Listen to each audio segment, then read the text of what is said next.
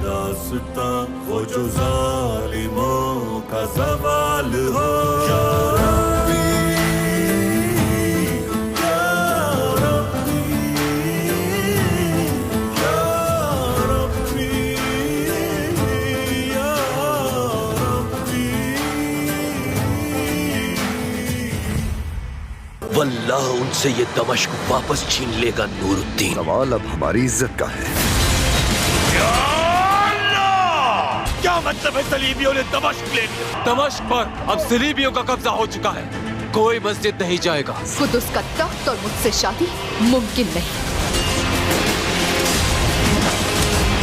हम अपनी सल्तनत की सख्त के लिए उठेंगे और दुश्मनों से उसे वापस छीन लेंगे। मार डालो सबको। तुमने अपने आप को मेरे गजब का हकदार साबित कर दिया है बर्नार्ड।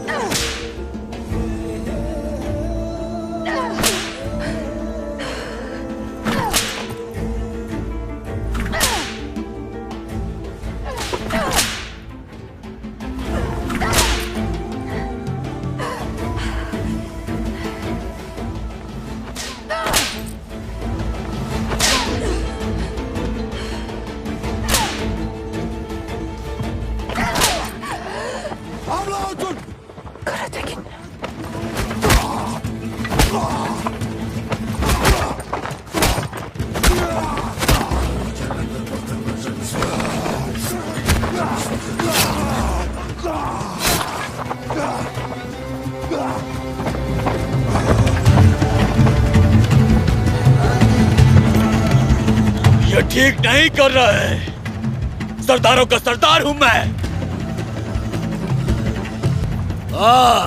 मुझे कुछ नहीं होगा, लेकिन तुम्हें बहुत कुछ हो जाएगा। अरे मेरी कुव्वत भी तुम लोगों को नहीं बचा सकेगी।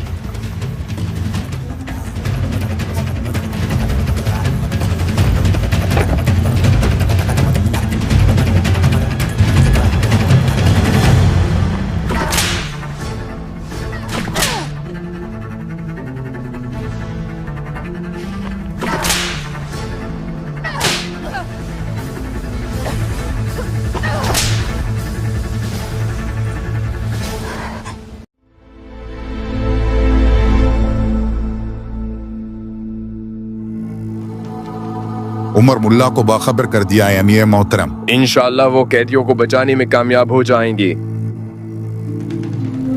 इन्हें बचाने का वाहिद रास्ता यही है।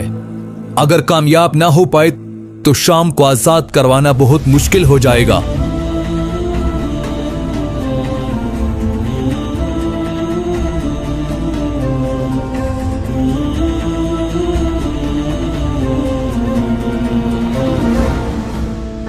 पता था कि शाम आजाद करवा लूंगा, इसलिए सिपाही ले लिए।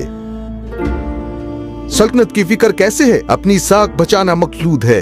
सुल्तान नूरुद्दीन हमारे अच्छे खासे सिपाही ले जा चुके हैं जनाब। बड़ी जिल्लत आमेज बात है। शाम गया, मेरी बहन कैद हो गई। हम भी शाम आजाद करवाने निकले थे, लेकिन आगा रुकावट बन गए। लेकिन हम भी चुप बैठने वाले नहीं हैं, कोई रास्ता निकाल लेंगे। मैं निकाल चुका हूँ, वो भी ऐसा कि सलेबियों के फरिश्तों को भड़क भी नहीं पड़ेगी। शाम के नीचे गंदे पानी की लाइनें हैं, शहर के बाहर तक आती हैं, वहां से अंदर जाएंगे। बाबा शाम के वाली थे, तो तब मैं इनके साथ होता था। बेहतरीन मालूमात है। मेरे चंद बेहतरीन जांबाज साथ ले जाओ। शहर का निजाम अंदर से दरम बरम कर दो, मैं बाहर से धावा बोलूंगा। लेकिन हर चीज से पहले मेरी बहन रहेगी। पहले उसे बचाकर महफूज करना होगा, याद रहे। ठीक है, जैसे तुम्हारी मर्जी। हमारे सिपाहियों का एक बड़ा हिस्सा भी जा चुका है। हमारे पास मौजूद सिपाही काफी रहेंगे। जरा तोरांश अंदर पहुंचकर सब उल्टे पलटे तो सही। शाम की आजादी के लिए मुट्ठी पर सिपाही भी काफी रहेंगे। सल्तनत का दारुल हुकूमत बचाने के बाद सारी दुनिया देख लेगी कि तख्त पर असल हक किसका है। इस सारी तकलीफ की जिम्मेदार तुम खुद हो। माफी मांग लो मुझसे।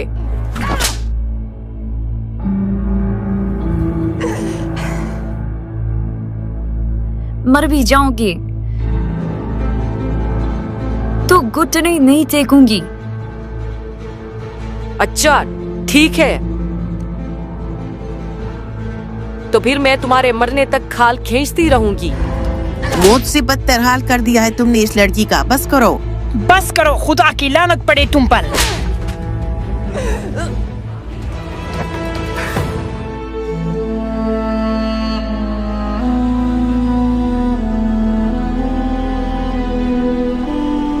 जुल्म से मिटाया गया सप्ताह तो हम सब लिख चुके होते। मेरा आपसे कुछ लेना देना नहीं, मुजरिमों को सजा दे रही हूँ। हमने भी आपके जुल्म के खिलाफ आवाज उठाई थी, अब हम सामने खड़े हैं। अब मैं भी मुजरिम हूँ, चलो मारो मुझे। एक औरत होने की हैसियत से बेगुनाह औरत को मार कर आपके दिल को ठंडक पहुंच रही है, तो मुझे भी मारें। एक बार आप भी हमारी कैदी बनी थी, लेकिन हमने आपका बाल भी बाका नहीं किया था।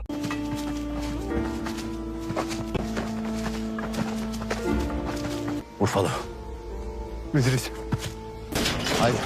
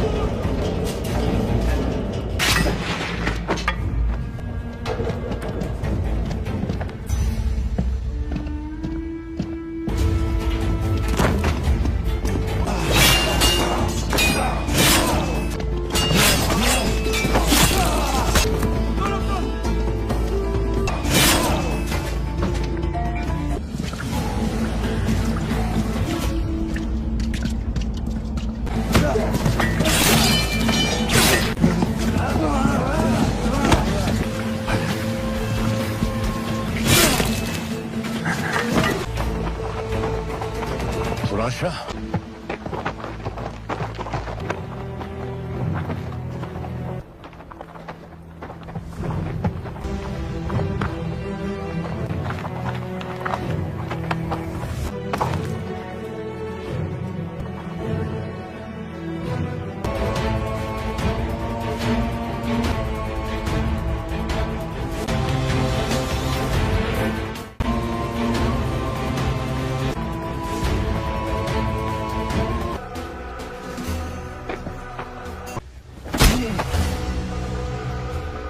Alacaksın!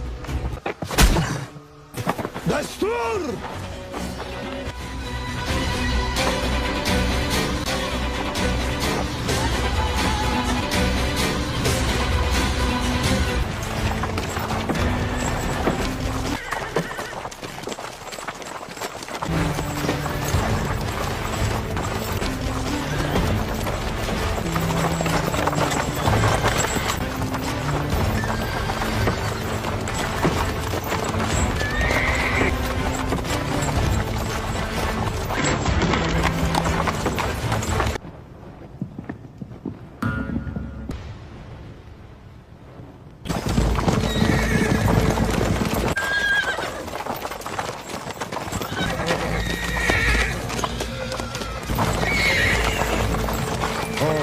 Selahattin!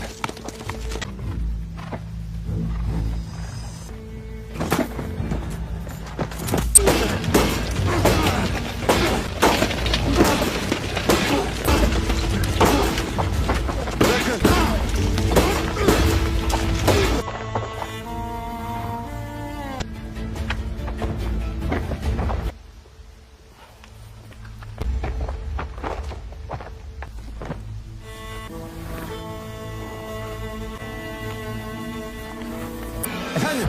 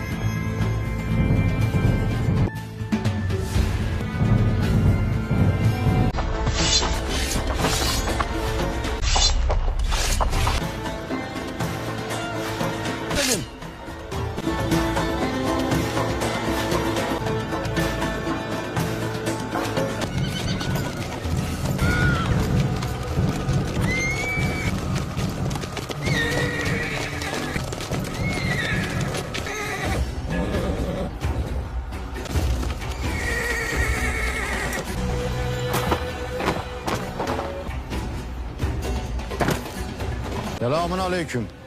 Aleyküm selam. Bile kaybet. Kanat tek kelime etmeden.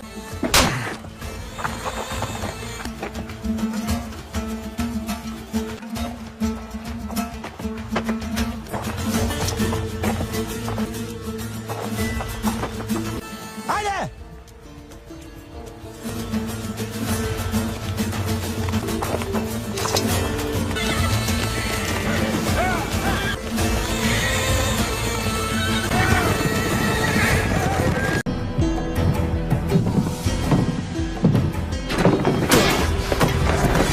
Karatekin.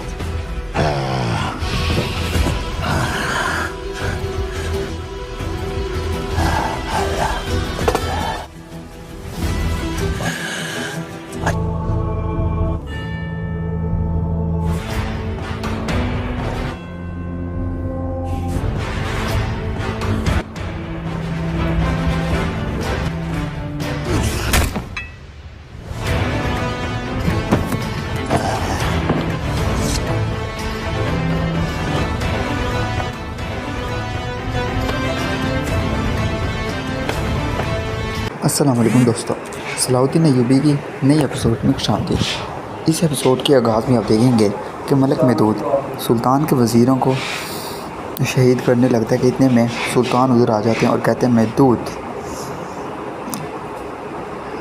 सब लोग सुल्तान को देखकर हैरान रह जाते हैं। वज़ीर कहते हैं सुल्तान, फिर सुल्तान कहते हैं इनको उठाओ। मलिक महदूद कहते हैं आगा। सुल्तान कहते हैं असल सज़ा तो अब तुम्हें मिलेगी। ये कहकर सुल्तान मलिक महदूद की तलवार पर हमला करते हैं, उसकी तलवार को वहीं पर नीचे गिरा देते हैं।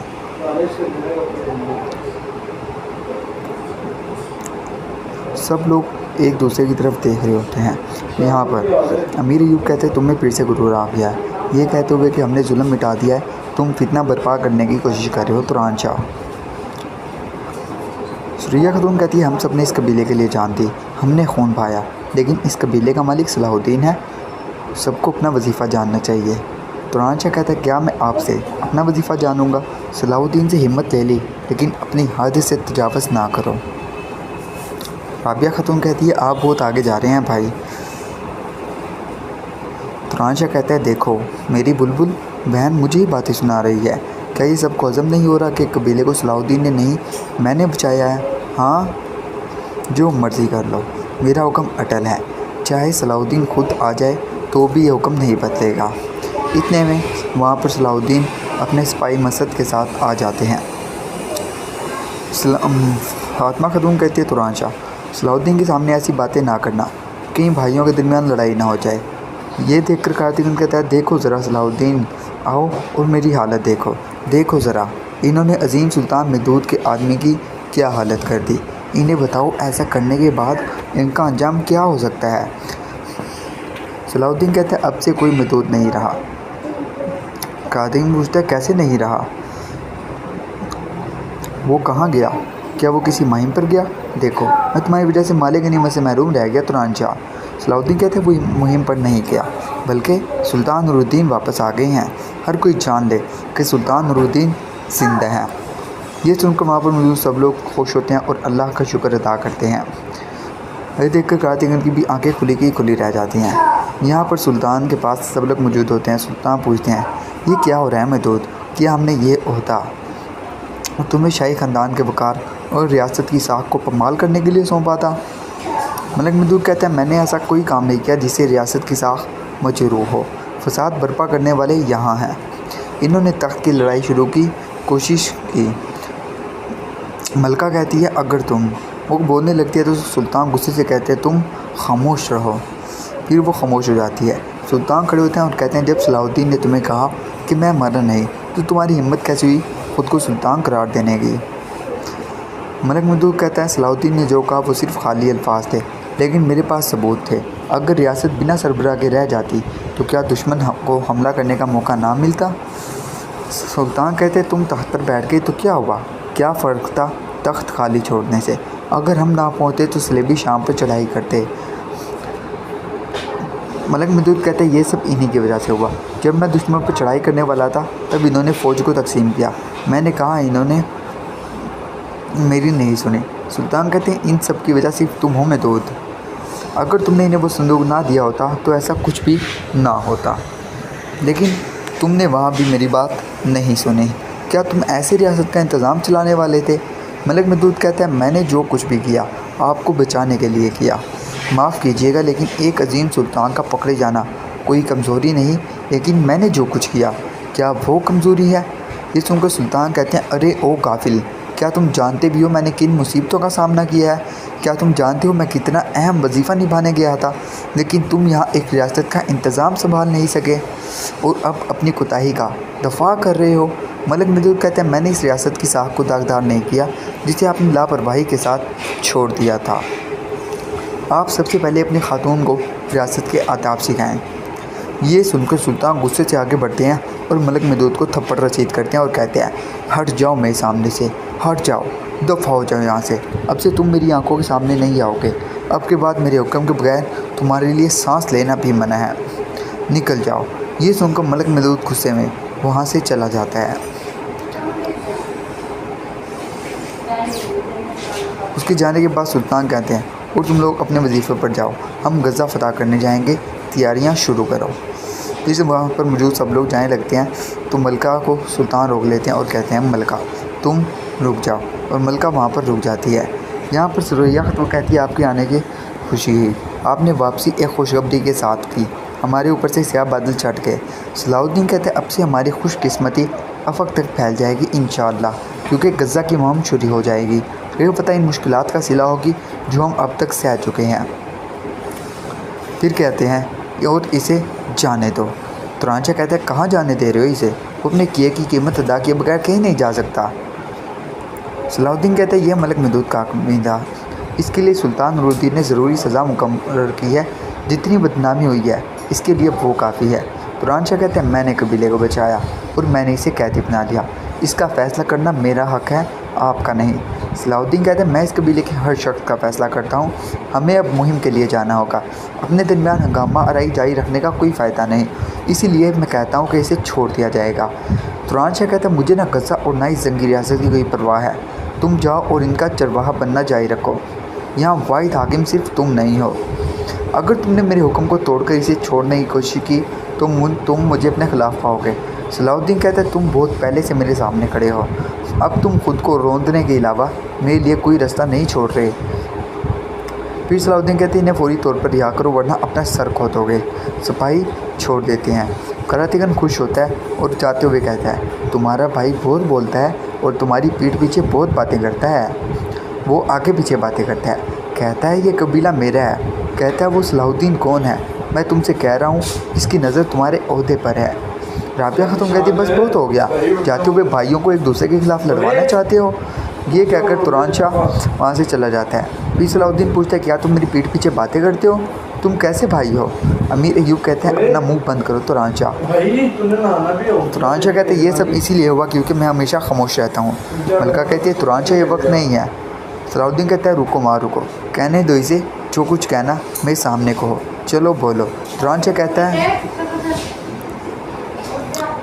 क्या मैं तुमसे डर जाऊंगा?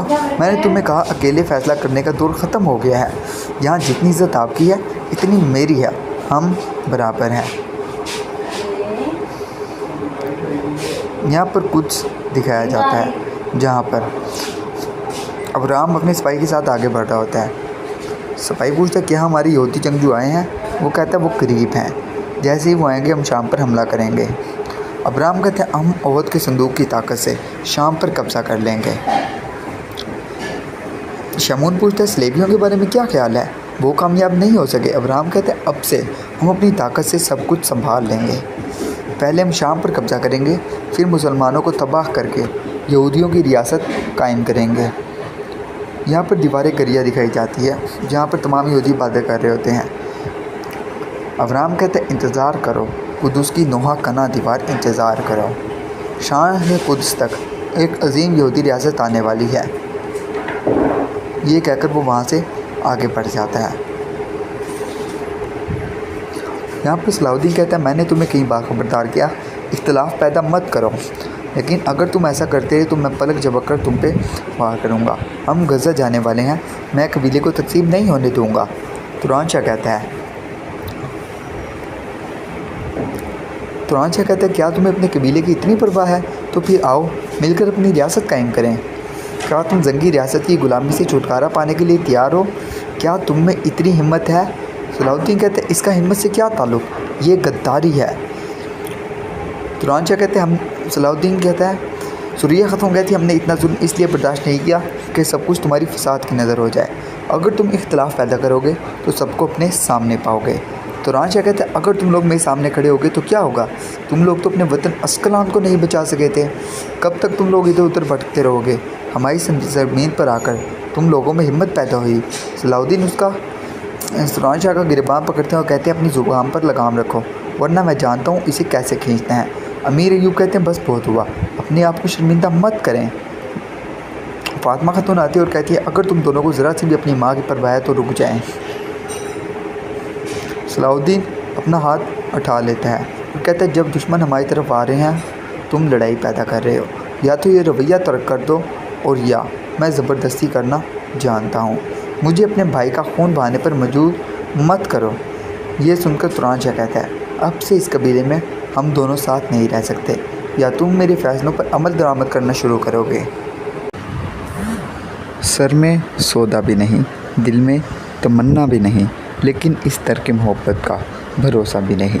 फ़राक गौर खपूरी उर्दू शायरी के इंतहाई संजीदा शायर माने जाते हैं। ज़ेर नज़र शेर इनकी गज़ल का मतला है। शायर ने इस शेर में ज़ाहिरी रस्मी रिश्ता उल्फत से बेगानगी वाला ताल्लुकी का इज़हार करते हुए कहा है कि मैं अपने दिलो दिमाग में कोई ऐसा जज्बा महसूस नहीं होता जो राह इश्क़ वफ़ा में आदमी को मंजिल इश्क़ का राही बना दे, और दिल का महल वीरान है कि वहाँ कोई तख्त ऐसा नहीं बिछा हुआ जिस पर हज़रत इश्क़ व मोहब्बत रोन के अफरोज़ हो। यानी हमारे दिलो दिमाग और महसूसात पूरी तरह मोहब्बत के जानलेवा जज्बे से ज़ाहिरन तो खाली हैं, मगर चौका हम भी इंसान हैं और इंसान खबीने मोहब्बत से गोंद कर बनाया गया है, इसलिए पूरी तरह तर्क मोहब्बत पर भरोसा नहीं कर सकते। शायर इस शेर में गुमान की कैफियत और एक अजीब हिचकिचाहट का शिकार है। इनका मानना है कि बज़ाहिर तो हमारे अंदर अवाने मोहब्बत मौजूद नहीं, मगर हम को किसी से मोहब्बत नहीं, ऐसा भी नहीं गोया। निकल ही आती है कोई ना कोई गुंजाइश। किसी का प्यार कभी आखिरी नहीं होता। एक मुद्दत से तेरी याद भी आई ना हमें, और हम भूल गए हों तुझे ऐसा भी नहीं। ज़ेरे नज़र शेर में महबूब की याद की शिद्दत के जज्बे और इसकी वारफंगी का खूबसूरत बयान हुआ है कि दिल के अंदर उठने वाले जज्बात हर आन हर पल इस होश ख़राम के वसाल का सम्मान करना चाहते हैं। शायद मौसूफ़ का कहना कि एक अरसा हुआ हमने दानिस्ता तौर पर इस माह तमाम को याद नहीं किया और ना ही इसकी जुल्फ़ जंजीर के हलकों का ख्याल आया, मगर वो परी पेकर अपने वजूद में अपनी ज़ात में ऐसी बला की कशिश रखता है कि बेख्तियार हमारे दिल और दिमाग के रास्ते से इसका प्यार इसका ख्याल हमारे वजूद में दाखिल होता है। गोया इस नाजुक महबूब के मुकाबले हमें ख़ुद पर कोई इख्तियार नहीं। इनका नाम आया सांसों ज़रा रुक रुक के चलो, धड़कनों से भी इबादत में खलल पड़ता है। ये एक अलग बात है कि हमने कसरन याद ना किया, मगर ये भी हकीकत है कि हमारे हवास हमारे जज्बात व ख्यालात पर इसी के हुस्न का कब्ज़ा है और हम इसे एक लम्हे के लिए भी भूल ना पाए। तुम मेरे पास होते हो गोया जब कोई दूसरा नहीं होता, यूँ तो हंगामे उठाते नहीं दीवाना इश्क, मगर ए दोस्त कुछ ऐसों का ठिकाना भी नहीं। शायर इस शेर में खालिस्तन जज्बा इश्क की तपिश व वहीदत और इसकी बेख्तियारी को मौजू बनाते हैं और कहते हैं कि वो लोग जो रोज़ से अव्वल फ़िक्र तस्लीम और रज़ा कश्ता कर दिए गए, जिनको हज़रत इश्क का कर्ब नसीब हुआ, जो अपने दिलों पर दाग इश्क रखते हैं, वो सब दीवान गाने महबूब हैं और इनका तरीक़ा बंदगी यकसर मुख्तलिफ है। उल्टी ही चाल चलते हैं दीवान गाने इश्क, आँखों को बंद करते हैं दीदार के लिए। अव्वल तो ऐसे लोग जिनको दर्द इश्क हासिल हुआ वो साबिर मिजाज हलीम खू और ज़रीफ़ सिफ्त होते हैं, मगर चौका जज्बा इश्क इनकी रगो रेशा में समाया हुआ है, इसलिए फिर न जाने दामन को चाक कर डाले और दूसरा बाज़ार मिसले बिस्मर रक्सा हो जाए। यानी आशिक मिजाज लोगों का कोई भरोसा नहीं और न ही इनको ज़मानो मकान की कैद होती है। वो तो जब चाहें जहाँ चाहें अपनी दुनिया बसा लेते हैं। एक दिन पूछती फिरेगी हयात, अहले दिल किस नगर में रहते हैं, आज गफलत भी इन आँखों में है पहले से सिवा, आज ही खातिर बीमार शकीबा भी नहीं। शायर ने माशूक की तकाफुल शार तबीयत को इस शेर का मौजू बनाया है। यानी जब से इसे बेनियाज तबीयत के मालिक महबूब के साथ राब्ता उल्फत बना है, इस वक्त से आज तक इतनी बेगानगी बैठने में आई जितनी कि आज है। आज तो इनकी तकाफुल शार नज़र हमारी जानिब उठी ही नहीं, पहले की निस्बत आज इनके रूप में ज़्यादा बेइतनाई और गज़ब यह है कि आज ही हम बिस्तर मर्ग पर हैं। गोया मरीज़ जान पर लब है, मगर तबीब है कि इसकी जान अल्तफ़ात भरी निगाह भी नहीं करता। शायर कहते हैं कि आज इनकी बेरुखी हद से ज़्यादा है जो काबिल बर्दाश्त नहीं। चूँकि आज हमारी तबीयत में गरानी है और महसूस यूँ होता है कि गोया हम मशर चिराग सहरी में जाने कब चले गए और ज़िंदगी का चिराग गुल हो जाए। ऐसे में पसंदीदा ज़ात के साथ ही हमारी ज़िंदगी का सहारा है, मगर वो कच अता गुजरो महबूब है कि आज कुछ ज़्यादा ही बेगाना मालूम होता है। ना जाने कब मेरी दुनिया में मुस्कुराएगा वो एक शख्स के ख्वाबों में ही खफा सा लगे।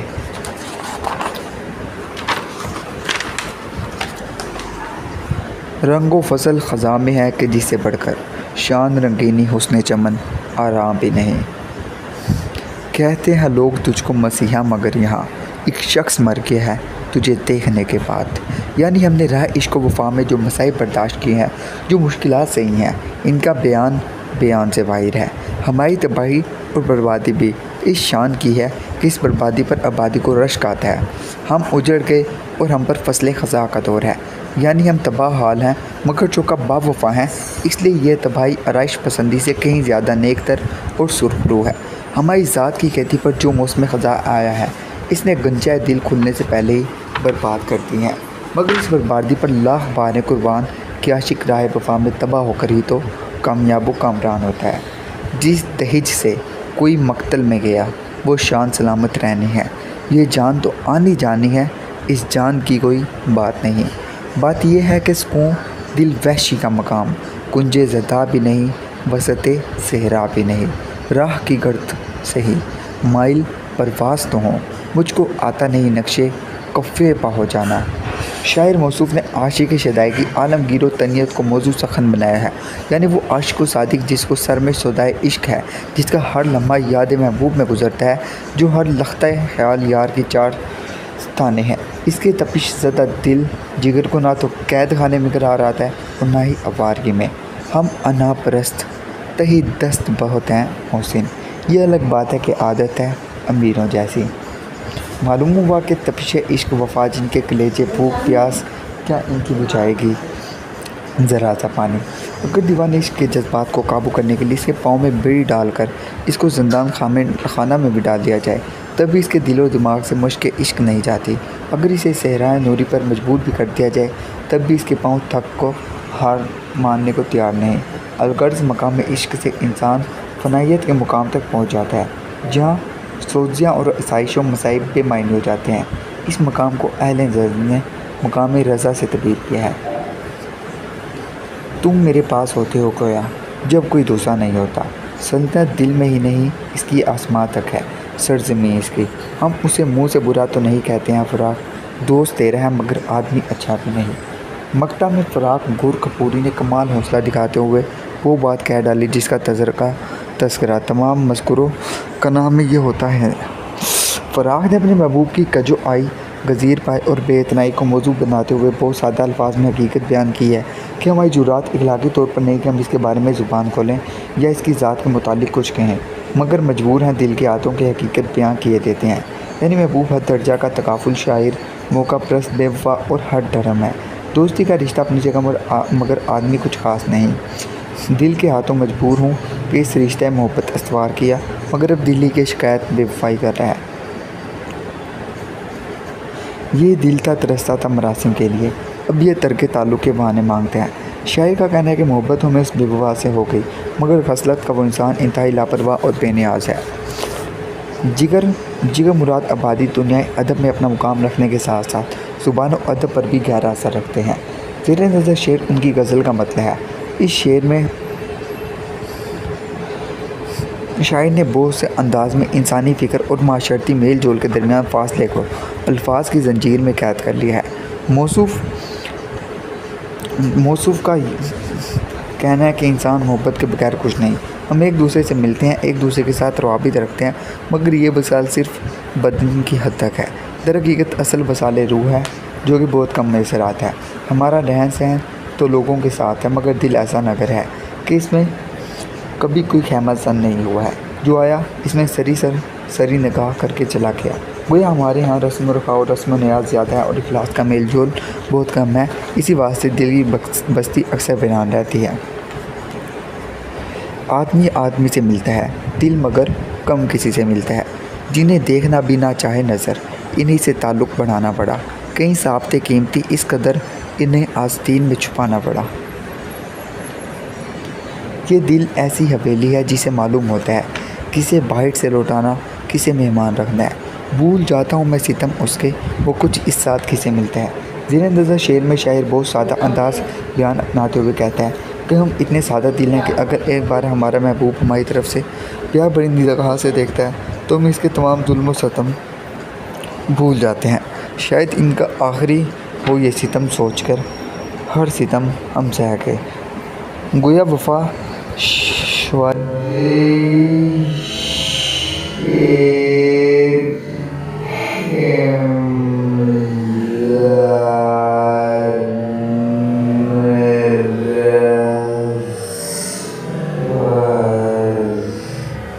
Yeah.